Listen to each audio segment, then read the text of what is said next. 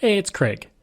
I just wanted to let you know that you can listen to Canadian History X early and ad-free on Amazon Music, included with Prime.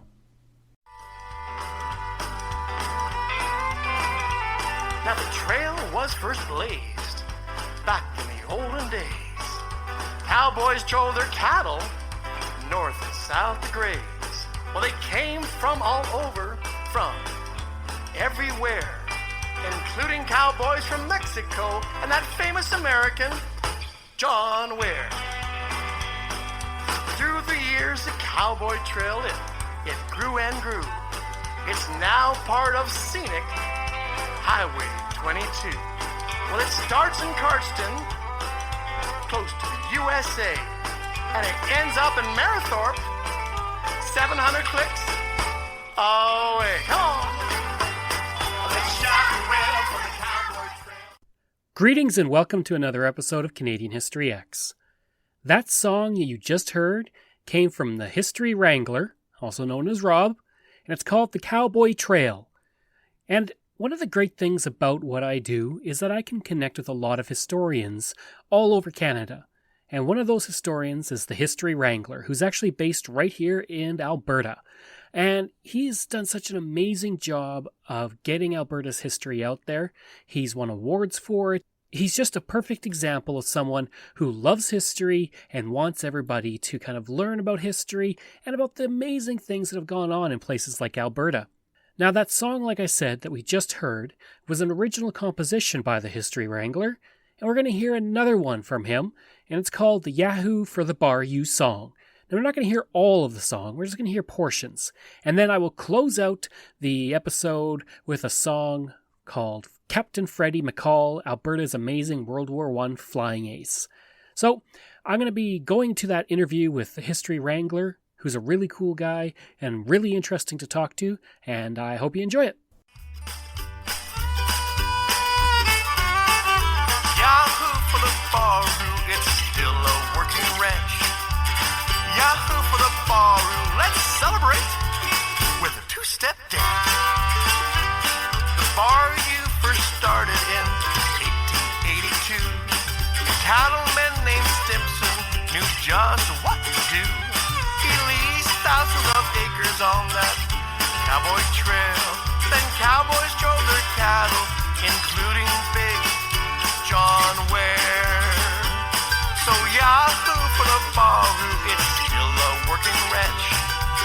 Yahoo for the barroom, let's celebrate with a two-step dance. Come on now, Phil. So I guess first question, what got you interested in history? Thanks for that question, Craig. What happened back in 2004, the year before Alberta's centennial, I thought it'd be really interesting to contribute somehow to Alberta's centennial. So I walked into a Chapter's bookstore and said, just out of curiosity, what book has been written where there's a time travel adventure story where the heroes go back in time in Alberta? And you could actually hear a pin drop, and she said, I've never heard of a book like this before. So that got me quite interested. I thought, why not write a book for Alberta's centennial? So what I did, I went to the Historical Society of Alberta, a wonderful woman named Debbie Godine. She said, Rob, why don't you write the book, and I'll introduce you to the one and only Hugh Dempsey, one of Alberta's foremost historians. That Hugh's written over 20 books, and he's certainly very, very knowledgeable, and sure to be able to assist you. So I went and I wrote the manuscript, and I sent it to Hugh. And Hugh, of course, he actually liked the story, but he said, Rob, we also have to work on your historical facts and your research. So he's very, very helpful. And that eventual book, it had close to 300 historical facts in it. And to my shock and surprise, I received an Alberta Centennial Medal, as well as the Alberta Heritage Awareness Award, Outstanding Contribution to Provincial History. So I love that. But in the meantime, it got me really intrigued about Alberta history. I said to myself, boy, this is really interesting. What else can I discover? So I went and Indigenous history has always fascinated me. So came up with a neat storyline about Max Ironcrow from Siksika, First Nation, and how he has to go back in time to save his dying brother, who has less than 10 days to live. So put together a really compelling story. And again, close to a year's research to prepare for that. And I just humbled that Chief Crowfoot's great-great-granddaughter actually wrote the forward message in the book. So I was just delighted with nice. that and the illustrator since the Tina First Nation. So I enjoyed that, and that, to my, again, humble surprise, is actually voted one of the finest Indigenous books in Canada. So I just thrilled with that. And then from there, I actually went to Historical Society of Alberta just to thank them for helping for all their support. They said, Rob, while you're here, we'd like you to interview for the position of Director of the Alberta Heritage School Fairs program. What that is, it's a national program that goes from coast to coast, and it's actually put on and overseen by the Canada's history people in Winnipeg. So what I did, I resurrected the Calgary Fair that had taken a 3-year hiatus, and B, oversaw the 5 regions across the province. So it was absolutely wonderful, and I just I enjoyed it. But also, what I said to myself, I said, dress like a guy with a suit on or jeans that will not captivate the attention of these kids predominantly. So I said to myself, it's time to create a new brand or some sort of brand. So I came up with a brand called the History Wrangler. So I've had that title now for over 10 years, and it served me very, very well. And not only do I like to share my Alberta history in speech, but I also like to write songs and share my passion for history and songs. So it worked out very, very well for me. And one thing's led to another. And so after doing the director, I had that position for a year and a half. Became actually a historian down at the historic Bow Valley Ranch down in Calgary here at the Fish Creek Provincial Park. So that's something I've enjoyed. And through that, we developed the Bow Valley Ranch Learning Center. And essentially now we teach Alberta history and the programs that I've developed all across Alberta. So it's been quite the adventure indeed. Nice. Yeah, actually, I answered a few of my questions right there. How did the name History Wrangler? Why did you choose History Wrangler as kind of your brand? Yeah, I just thought it sounded like, of course, my big focus, almost only focus on Alberta history. So I thought, of course, a proud Western heritage. And also so just sort of one thing, I just came to me one night and I thought, wow, that is a catchy name. So and subsequently, Craig, it's interesting, I'm now actually the official ambassador of the Cowboy Trail. Nice. That's a historic trail that goes right from the U.S. border all the way up to Marathorpe. And I've just, matter of fact, I've written several songs about the Cowboy Trail. And matter of fact, actually I haven't told about the Cowboy Trail song, but actually talks all about the history, of course. It goes up to the historic Bayou Ranch, one of my favorite places in Alberta. And that was established back in 1892. And, of course, John Ware, the incredible black freed slave, was one of the big cowboys in Canada. They say he only got bucked off a horse once, shortly after Alberta became a province in 1905. He got bucked off. Sadly, his horse fell into a gopher hole, stepped in a gopher hole, and John Ware fell off, and the horse landed on him, which is unfortunate. Of course, very sad. And also, none other than the Sundance Kid, Harry Lombach, was actually there as well. So, steeped in history, and the nice thing as well, in the historic Bow Valley Ranch, Senator Patrick Burns actually owned the Bayou Ranch for 10 years, from 1927 to 37. He passed away. So, just deep in history. So again, the History Wrangler brand will serve me very, very well across the province.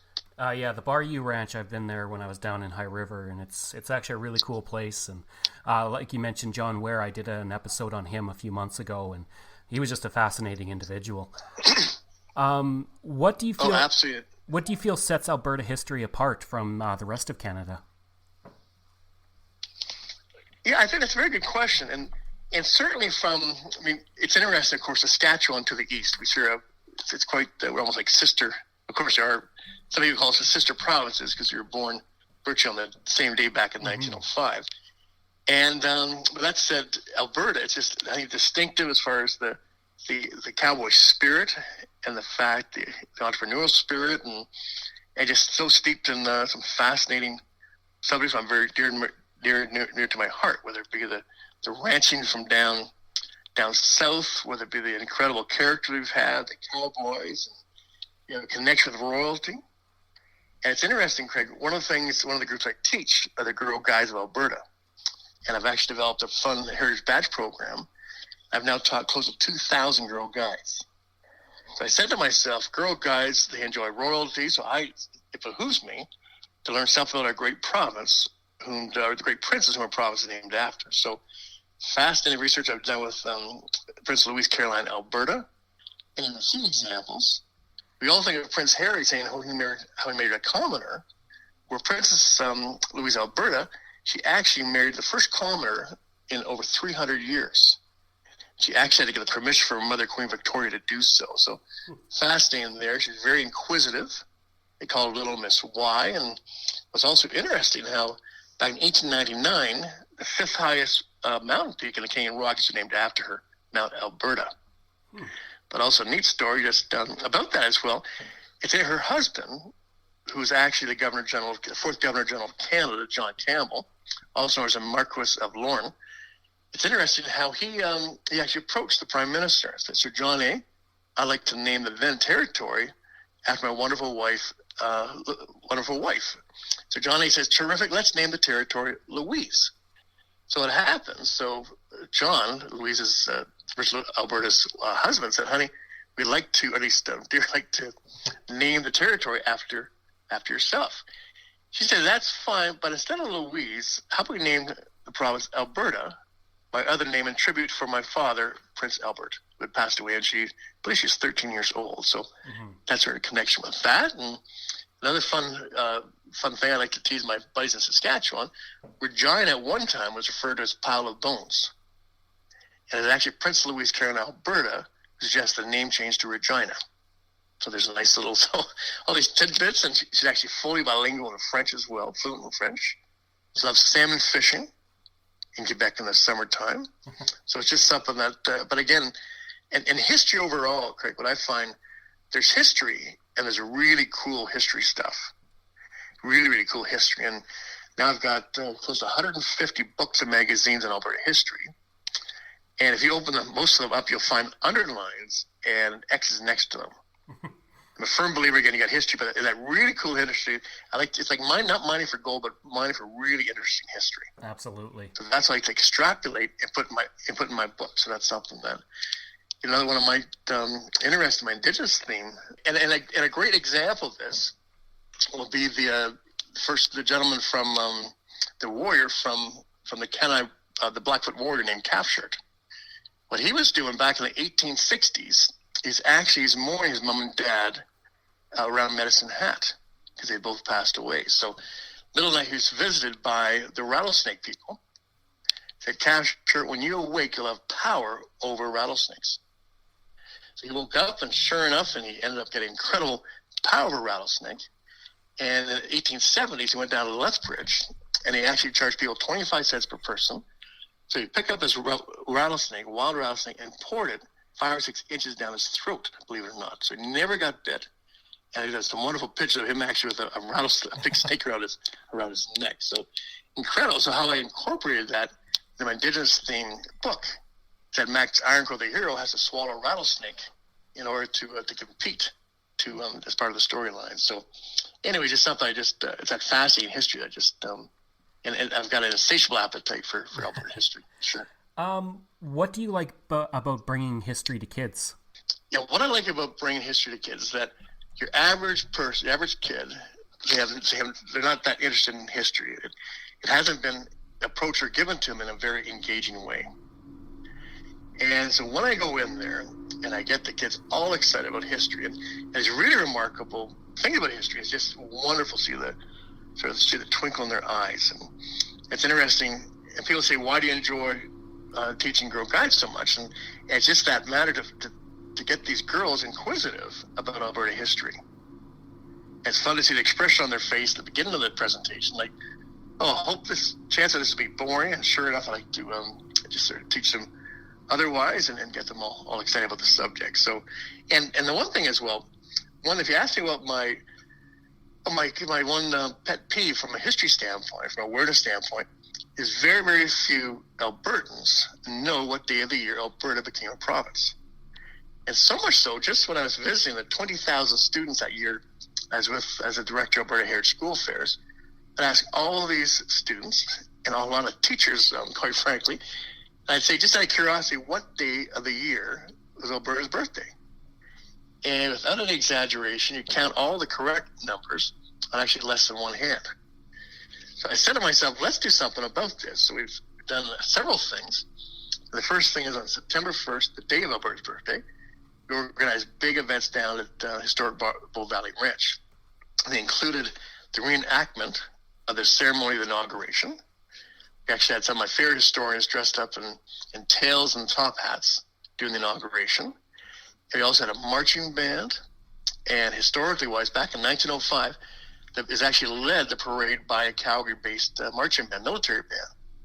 So the first couple of years, you had the King's Own Calgary Regiment led the parade. And also DeLay, the Lieutenant Governor of Alberta, arrived as well, and she participated. And so anyway, so that's that. The first thing I did. The second thing, this is a couple of years ago now, I received a Twitter follow. And the Twitter account was at 555NECO, named after an Alberta highway. So that led me to think, so let me think of any sort of name of a highway we could change to help showcase how, in fact, Alberta's birthday is on the first day of the 9th month of the year. So I started to think, let's see, first month, that's 1919, and I wonder if there's a Highway 19. So sure enough, there was, and I approached the then Minister Mason, Minister of Transportation, and he quite liked the idea. He said, Rob, let's, and I suggested let's rename Highway 19 to the Alberta Trail. So he said, Rob, interesting idea. Talk to the executive director, Michael Boutros, over at Alberta Transportation. So wouldn't you know, one thing led to another. And he said, Rob, I like the idea. And it turned out another suggestion of mine saying, let's have a caption underneath a sign and have it decided on upon grade 4 students. That's a big grade in Alberta where history is sort of one of the main focuses. Mm-hmm. So anyway, we asked over 1,200 kids to decide on the motto. And sure enough, for the 113th birthday of Alberta, we had the official release ceremony at the Leduc No. 1 Discovery Center. So which Highway 19 is now referred as Highway 19, the Alberta Trail. There's big, large, I think it's 6 feet by 9 feet signs. And the neat thing is, but not only does that recognize Alberta's birth, but also that's the site of Leduc No. 1. And of course, a big oil discovery back in February 1947 that brought led to this common day, or today's prosperity, or at least up until recently. That's a whole other subject, mind you. Yeah. But certainly, so they approved of it, and the Lieutenant Governor showed up. We had a wonderful presentation. And also, it's interesting, down the street, it's actually a Castro Raceway. Been around for years. A large raceway in Western Canada. Her honor actually made a declaration how the highway is renamed. And we actually had a flag and a trophy for the fastest driver on that track that day. I got an Alberta flag. And guess how fast he's going? How fast? 244 miles an hour. Oh, jeez. That's quite the celebration. We had that. Some of them have written songs about the first day of the inauguration. So, yes, I certainly, I'm doing my part to get people aware of when Alberta's birthday is. That highway is actually pretty close to where I live. I go by there quite a bit. Oh, wonderful! You check out the sign. I should next time you come on down. Tell me a bit about Bow Valley Ranch. Yeah, Bow Valley Ranch. It's actually the home of I call them the three distinguished ranchers. And what happened goes back to 1873 when John Glenn, he has quite the background. He actually sailed over from Ireland at 16 and went down to Texas, in the Waco, Texas area. And he wanted to sort of see the Wild West. And sure enough, a short time later, the Civil War broke out. So he actually he's conscripted by the Confederate side.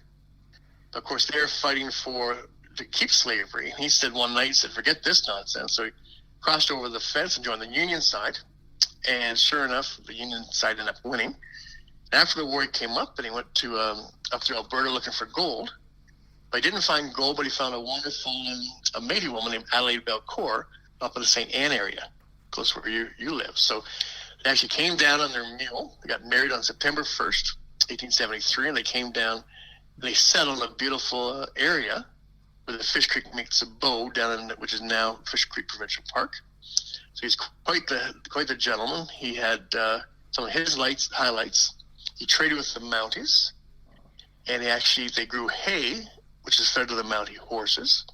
And he also built the very first stone fireplace out in Fort Calgary. So very much prominent, one of the first Calgarians. He also actually had a bid for the lots lots of Calgary when the city came around. They incorporated, and I think you can see I believe we got the very first lot downtown Calgary. So that's John Glenn. And he subsequently sold the land, sold his acres to the government of Canada, as used for a farm to teach First Nations how to farm and to again continue the growing hay. And from there, it was actually sold, I believe, to the former Lieutenant Governor of Quebec. And then William Roper Hall, he's what I call the second distinguished rancher of the Bow Valley Ranch. What he did, he left England, he and his brother. They came over, they walked beside the Panama Canal, and they came up to British Columbia. And they came and they did very, very well. They brought 1,200 horses, believe it or not, through the Canadian Rockies. They ended up selling to settlers and also some to the Bayou Ranch as well. They sold at $50,000. So what happened from there is this William Roper Hall, he became one of the most affluent Albertans. Matter of fact, the big 1,000-seat opera center that he built over time. And he also donated much of his money to the Hall Home for Kids, which actually still thrives today, which is quite something. So back in 1896, he built this beautiful house, the historic Bow Valley Ranch House. And in 1902, none other than Senator Patrick Burns, also known as Canada's Cattle King, came up and said, "Listen, William, I'd like to buy this ranch from you and other holdings as well." So he's a third distinguished rancher, and he's quite something indeed. That his storyline's quite interesting. That way back when he was a kid, is in Kirkland, Ontario, and he's helping a farmer, or at least farmer, clear his land and helping put up a fence and whatnot. So after the month, Senator Patrick, or that time Patrick said, "Okay, farmer, I'd like to get paid now." The farmer says, "Well, I can't pay you cash, but I can give you a cow. And I'll give you a hint, that cow is worth about $70 the way it is, but if you chop it up into hamburger meat, that cow is almost worth $120, $140. So a lifetime lesson led one thing to another, and it's a remarkable. One time they say, Craig, you ride a horse right from Calgary all the way down to the U.S. border without leaving Senator Patrick Burns' land, which is quite something. So he's known as a cattle king, and when he turned 75, R.B. Bennett, who's also spent a lot of time in Calgary, a lawyer, became the prime minister, made Senator Patrick Burns a senator at 75 years old as a gift. What's interesting that Senator Patrick Burns was a staunch liberal, but R.B. Bennett was a staunch conservative, so it's quite something. And for his celebration, his July 6th birthday, when he turned 75, they created a big birthday cake, which is unbelievable, which he replicated for one of our September 1st celebrations. And guess how many people that cake fed? How many? It fed 15,000 people. Oh, jeez. It weighed over 1.2 tons. It's actually a fruit cake. It actually featured a Stampede Parade, which is quite something. So, yeah, so he's quite the guy. So there you have the three distinguished ranchers. So, a really lucky guy in that between John Denn, William Roper Hall, and Senator Patrick Burns. So great historical stories, all three of them. What programs have you created for the Lieutenant Governor? Yes, the Lieutenant Governor, and actually I met with her honor, way back 5-6 years ago, and when she decided that Alberta history and education would be one of her big hallmarks for her cause during her term. So I'd known her honor from a previous time on the board of the Calgary Chamber of Commerce. She said, "Rob, I know your passion for history. See if you can come up with some ideas I could work with." So a few of the ideas I came up with, and the very first one is called the Lieutenant Governor Alberta Social Studies Education Student Award. And what it is for final year education students who have a great deal of passion, enthusiasm for history, and social studies. How it works is in September to March, the dean of the program and the professor, the key contact professor I deal with, they decide the three finalists of who to go to the finalist judging session. So every springtime, except for this spring because of the darn virus, but the last 5 years we've actually had, it's grown. We now have 6 universities and 2 affiliate colleges involved, which is absolutely fantastic. It also includes a bilingual, or at least a French university, I should say, Campus Saint-Jean of University of Alberta. So delighted with that. And so what happens, the 3 finalists, they do a presentation based on the historical character of Alberta, and they answer questions that we put forward, and So it's quite the honor. And then they received a prestigious award from the Lieutenant Governor of Alberta, either at the university's convocation or a special event in her honors office. So it's quite something. It's just a win-win situation. And of note one, the last winner, he said, Rob, I got to tell you something.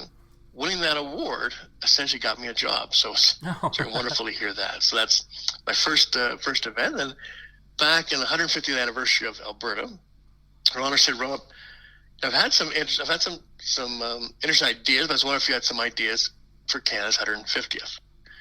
So I said, Your Honor, why don't we do a poetry contest for students grade 4, 5, and 6? And let's base the contest on a list of 150 to keep the thing going, 150 of fascinating Alberta historical characters. And so what I subsequently did, I brought a research team of 44 members, including the great Hugh Dempsey, and they did bios on all these 150 Alberta historical characters. They've done it in English and French. They put it out to the students, and it's amazing. We had over 2,000 submissions. And the winning submissions, the 3 winners, grade 4, 5, and 6, actually said their poem out loud in front of the Lieutenant Governor of Alberta and a large crowd at the back in 2017 celebration at Fish Creek Park, historic Bull Valley Ranch. So nice. Quite something, and that's also the opening as well of a poetry garden. So we have it all tied in into one. Yeah, and it's in my third most ambitious idea of her honor. It stems from this game I developed for all those kids when I was the director of here school fairs. I took that idea and I said to her honor, Your Honor, how would we take this and we turn it into a game show, a televised game show? So that led to season 21 of the Lieutenant Governor of Alberta's Alberta History Quiz Show. So it's well regarded. We dealt with 7 museums, historic sites, including the historic Bull Valley Ranch, to launch the first season this year. So we're doing lots of fun, and there's schools in over 35 towns and cities in Alberta that learn all about Alberta history in sort of a fun, unique way. Nice. And then just my last question, can you tell me a bit about your original history music? Yes, well, I'm a firm believer because people enjoy history, or enjoy music. And I thought, well, what an opportunity to combine my passion for history, my passion for creating songs. So over the years, I've now created close to 25 songs based on the historical characters and events. Whether it be Cappy Smart, the great fire chief that the Calgary Stampede parade for 35 years, or Freddie McCall, the great pilot, World War I flying ace, 5th ranked ace in Canada. And this recent one is actually History of the Bayou Ranch, which is called Yahoo for the Bayou. I'm so disappointed that this is the 25th anniversary of Parks Canada, at least historic. Let me rephrase that. The 25th anniversary of Canada's historic sites actually owning the Bayou Ranch. I wrote the song to celebrate that, and we're all set for next month to do a music video down the historic Bayou Ranch. We plan to actually set the Guinness Book of World Records for two-stepping on our ranch. So that idea obviously fell through, and we'll have to put it through next year. But that's again another example. I just love to put history into my songs to share with people. I hope you enjoyed that interview with the History Wrangler, and if you did, please give a rating and review. You can reach me at craig@canadaehx.com. You can support the podcast at Patreon by going to patreon.com/CanadaEHX, and you can find hundreds of articles on Canada's history on my website at CanadaEHX.com. And like I said before, we're going to close out this episode with an original composition from the History Wrangler called Captain Freddie McCall, Alberta's Amazing World War I Flying Ace. Have you heard about a Freddie McCall, the flying ace who did it all? He shot down 6 planes in one day with a biplane called a SC-5A. You know the action was really intense. The captain flew by the seat of his pants. His Vickers gun held a 600 rounds. He brought 37 planes on down. Well, Freddie also had a soft side. What more can I say? When an enemy pilot survived a crash, he dropped a note saying he'd be late for his wedding day. When he arrived home from the war, he looked so sharp with the medals galore. He was a 5th ranked flying ace, a hero loved all over the place. Hang on now, here we go.